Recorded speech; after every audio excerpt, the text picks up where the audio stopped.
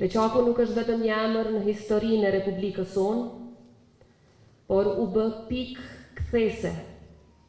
Kthes që e qartësoi para botës realitetin e hidhur të regjimit gjenocidal serb ndaj civilëve të pafajshëm në Kosovë.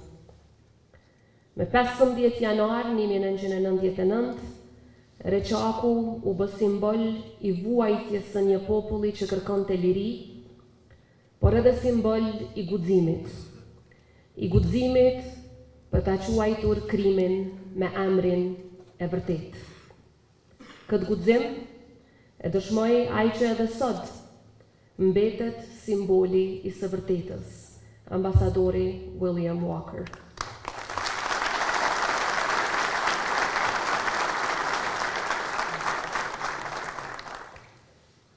Nga ajo që po ashtë personalisht nuk hezitoj që ta përshkruar ngjarjen si masakër, duket qartë, pa dyshim një krim i rënd kundër njerëzimit.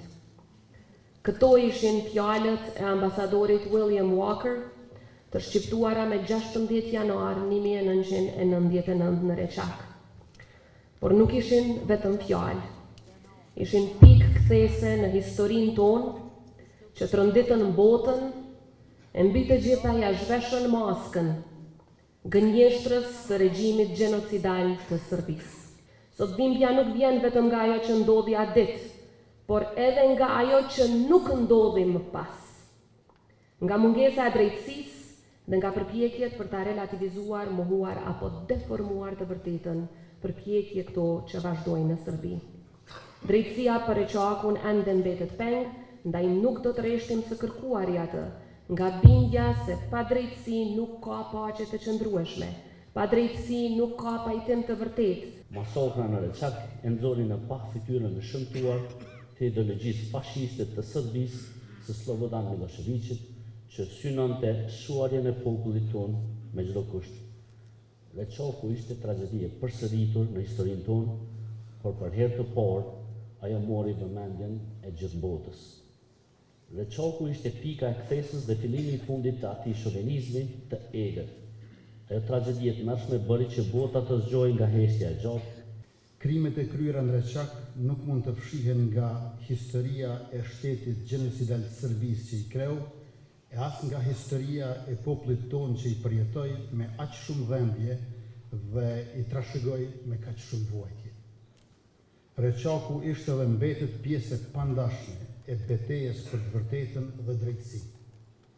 Ishte në qendër të procesit gjyqësor kundër Slobodan Miloševićit para Tribunalit Penal Ndërkombëtar për Ish-Jugosllavinë, duke dëshmuar se krimet në Kosovë ishin pjesë e politikës shtetërore të dhunës Serbisë ndaj popullsisë civile shqiptare. Edhe pse ky proces nuk u përmbyll me aktgjykim për shkak të vdekjes së Miloševićit, faktet dhe dëshmit për Reçakun mbetën të regjistruara në drejtësinë ndërkombëtare si konfirmim se e vërteta për këto krime nuk mund të mohohet dhe se drejtësia, sado e vonuar, mbetet detyrim moral dhe historik. Kjo akt akuzë afirmon se krimi ka autor dhe se e vërteta nuk parashkruhet. Drejtësia nuk ndalet kur kriminalet fshehen në Serbi apo edhe strehohen nga shteti atje. Drejtësia ecën për herë përpara, sepse shteti i Kosovës nuk harron kurrë. Reçaku është tragjedi e shkaktuar me vetdije dhe me paramendim.